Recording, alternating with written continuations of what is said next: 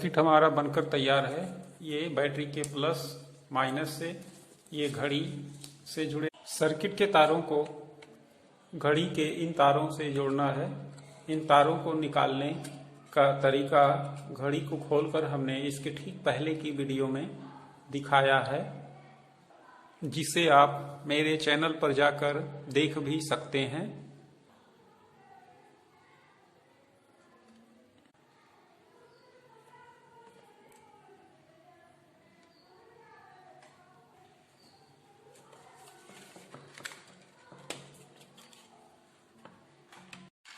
Circuit को 4 volt की battery से जोड़ने पर घड़ी तेजी से और उल्टी दिशा में चल रही है। इस तरह से घड़ी को उल्टी दिशा में और तेजी से भी चलाया जा सकता है।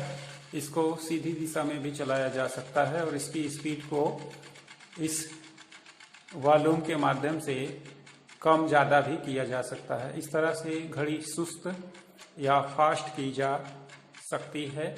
इसे उल्टा और सीधा स्पीड 500 गुना करके भी चलाई जा सकती है।